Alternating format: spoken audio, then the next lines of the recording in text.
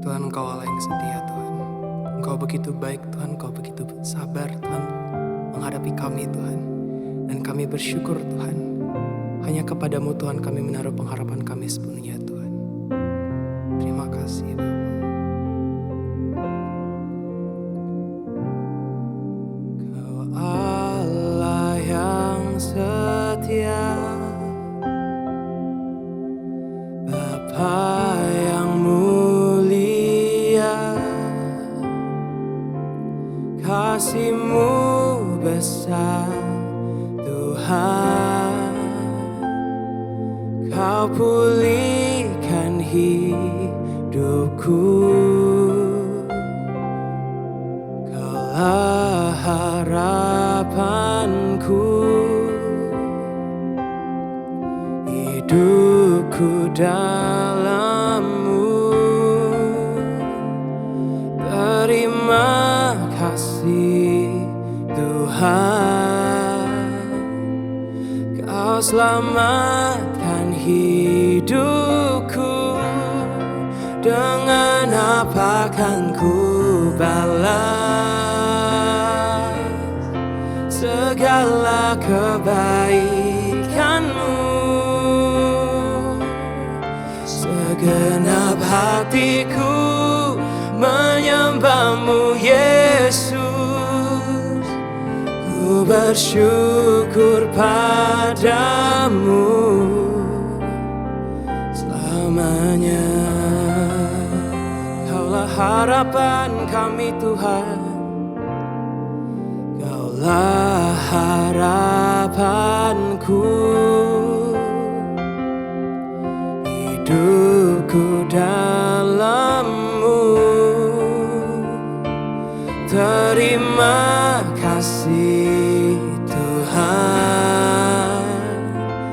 Kau selamatkan hidupku, dengan apa kan ku balas segala kebaikan-Mu. Segenap hatiku menyembah-Mu, Yesus.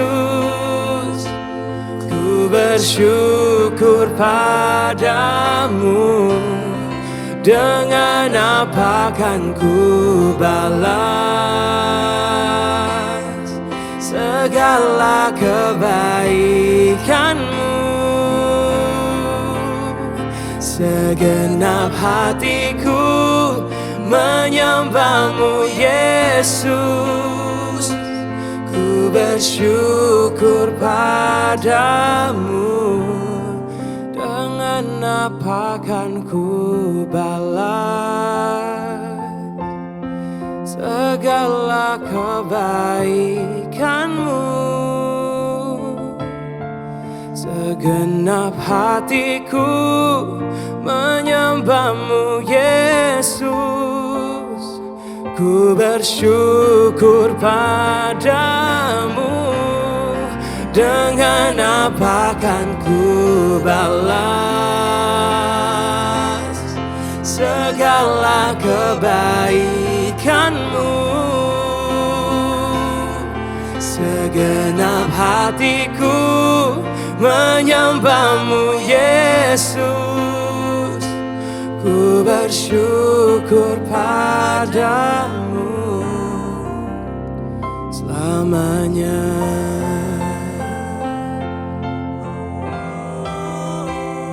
Haleluya, selamanya kami bersyukur Bapa. Oh, Kaulah harapan kami, Tuhan. Haleluya, dengan apa dapat kami balas Engkau, Tuhan. Oh,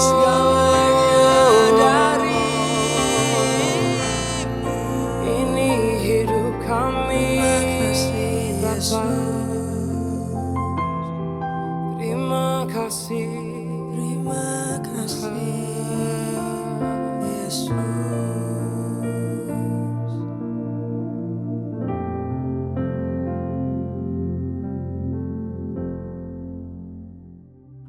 Shalom saudara-saudara yang terkasih dalam Kristus Yesus. Pada kesempatan ini kita akan merenungkan sebuah peristiwa penting dalam perjalanan hidup Yakub yang tercatat dalam Kejadian 32 ayat 22 sampai 24. Saya bacakan buat kita semua. Pada malam itu Yakub bangun dan membawa kedua istrinya, kedua budaknya perempuan dan ke-11 anaknya dan menyeberang di tempat penyeberangan sungai Yabok. Sesudah ia menyeberangkan mereka, ia menyeberangkan juga segala miliknya. Lalu tinggallah Yakub seorang diri, dan seorang laki-laki bergulat dengan dia sampai fajar menyingsing. Ketika kita hidup diperhadapkan pada masalah kehidupan, seringkali kejadian ini membuat kita sadar betapa pentingnya melibatkan Tuhan dalam hidup kita. Yakub ketika akan berjumpa dengan kakaknya Esau, saudara kembarnya yang telah ia tipu, bergumul dalam ketakutan dan kekhawatiran bagaimana dia harus menghadapi Esau, sehingga merasa perlu untuk mencari Allah. Kita sering menghadapi ketakutan dalam hidup kita, entah ketakutan akan kegagalan, atau bahkan ketakutan menghadapi orang-orang yang pernah kita lukai. Namun seperti Yakub, kita diingatkan untuk tidak lari dari masalah, tetapi menghadapi tantangan dengan iman. Ada kalanya Tuhan membiarkan kita berada dalam situasi yang menantang untuk menguji dan memperkuat iman kita. Di pasal ini juga digambarkan bagaimana Yakub bergumul semalaman dengan Allah sampai fajar menyingsing. Pergumulan ini didorong oleh keinginan yang kuat agar mendapatkan berkat dari Allah. Dari pergumulan ini, Yakub mengalami 3 hal. Yang pertama, nama baru, pangkal paha yang sakit, dan sebuah kemenangan. Nama Yakub yang berarti penipu diubah Allah menjadi Israel yang berarti pejuang Tuhan. Pangkal paha yang sakit menunjukkan bahwa Yakub tidak lagi berjalan dengan kekuatannya sendiri, tetapi dengan kekuatan Tuhan. Tetapi hasil akhir dari pergumulan Yakub dengan Allah adalah kemenangannya atas kegigihannya. Bagaimana Yakub bisa menang? Kitab Hosea mencatat bahwa Yakub menang bergumul dengan Allah dengan menangis dan memohon belas kasih dari Allah. Melalui pergumulan ini, Yakub tidak hanya menerima berkat Tuhan, tetapi juga mengalami perubahan hidup yang mendalam. Sama seperti Yakub yang memiliki banyak kekurangan, bagaimana dia menipu Ishak ayahnya, Esau saudara kembarnya, bahkan mertuanya Laban, kita pun bukanlah manusia sempurna. Tapi dari pasal ini kita bisa belajar bagaimana Yakub menunjukkan iman yang sangat kuat, yaitu iman yang percaya kepada Allah dan berjuang untuk mendapatkan berkat dari Allah sampai ia mendapatkannya. Kita perlu belajar untuk memiliki iman seperti itu, yang percaya penuh akan kuasa Tuhan dan mau berjuang keras supaya Tuhan memberkati kita. Amin. Mari kita berdoa. Bapa dalam surga, terima kasih buat firman-Mu. Kami sadar sepenuhnya bahwa Tuhan senantiasa hadir dalam hidup kami. Tuhan Yesus, beri kami keberanian dan kekuatan iman di dalam menghadapi semua ketakutan kami. Beri juga kami ketekunan dan kemurahan-Mu, agar kami menang di setiap perjumpaan kami dengan masalah dalam kehidupan ini, sehingga kami mengalami Tuhan dan hidup kami diubahkan. Di dalam nama Tuhan kami Yesus Kristus, Tuhan dan Juru Selamat kami. Amin. Kejadian 32. Yakub takut bertemu dengan Esau.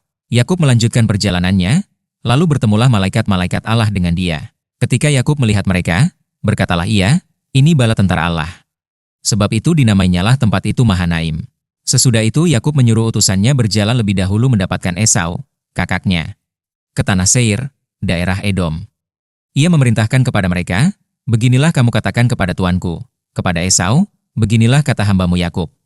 Aku telah tinggal pada Laban sebagai orang asing dan diam di situ selama ini. Aku telah mempunyai lembu sapi, keledai dan kambing domba, budak laki-laki dan perempuan. Dan aku menyuruh memberitahukan hal ini kepada tuanku, supaya aku mendapat kasihmu." Kemudian pulanglah para utusan itu kepada Yakub dan berkata, "Kami telah sampai kepada kakakmu, kepada Esau, dan ia pun sedang di jalan menemui engkau, diiringi oleh 400 orang." Lalu sangat takutlah Yakub dan merasa sesak hati. Maka dibaginyalah orang-orangnya yang bersama-sama dengan dia, kambing dombanya, lembu sapi dan untanya menjadi 2 pasukan. Sebab pikirnya, jika Esau datang menyerang pasukan yang satu, sehingga terpukul kalah, maka pasukan yang tinggal akan terluput. Kemudian berkatalah Yakub, "Ya Allah nenekku Abraham dan Allah ayahku Ishak, ya Tuhan, yang telah berfirman kepadaku, Pulanglah ke negerimu serta kepada sanak saudaramu dan aku akan berbuat baik kepadamu. Sekali-kali aku tidak layak untuk menerima segala kasih dan kesetiaan yang engkau tunjukkan kepada hambamu ini, sebab aku membawa hanya tongkatku ini waktu aku menyeberangi sungai Yordan ini, tetapi sekarang telah menjadi 2 pasukan. Lepaskanlah kiranya aku dari tangan kakakku. Dari tangan Esau, sebab aku takut kepadanya, jangan-jangan ia datang membunuh aku. Juga ibu-ibu dengan anak-anaknya. Bukankah engkau telah berfirman, tentu aku akan berbuat baik kepadamu dan menjadikan keturunanmu sebagai pasir di laut, yang karena banyaknya tidak dapat dihitung. Lalu bermalamlah ia di sana pada malam itu. Kemudian diambilnyalah dari apa yang ada padanya suatu persembahan untuk Esau, kakaknya, yaitu 200 kambing betina dan 20 kambing jantan, 200 domba betina dan 20 domba jantan, 30 unta yang sedang menyusui beserta anak-anaknya, 40 lembu betina dan 10 lembu jantan, 20 keledai betina dan 10 keledai jantan. Diserahkannyalah semuanya itu kepada budak-budaknya untuk dijaga, tiap-tiap kumpulan tersendiri. Dan ia berkata kepada mereka, berjalanlah kamu lebih dahulu. Dan jagalah supaya ada jarak antara kumpulan yang satu dengan kumpulan yang lain. Diperintahkannyalah kepada yang paling di muka, apabila Esau, kakakku, bertemu dengan engkau dan bertanya kepadamu, siapakah tuanmu? Dan kemanakah engkau pergi? Dan milik siapakah ternak yang di depanmu itu? Jawablah, milik hambamu Yakub. Inilah persembahan yang dikirim kepada tuanku Esau, dan Yakub sendiri pun ada di belakang kami. Begitulah diperintahkannya baik kepada yang kedua maupun kepada yang ketiga. Dan kepada sekalian orang yang berjalan menggiring kumpulan hewan itu, katanya, seperti perkataanku tadilah kamu katakan kepada Esau, apabila kamu berjumpa dengan dia. Dan kamu harus mengatakan juga, hambamu Yakub sendiri ada di belakang kami. Sebab pikir Yakub, baiklah aku mendamaikan hatinya dengan persembahan yang diantarkan lebih dahulu.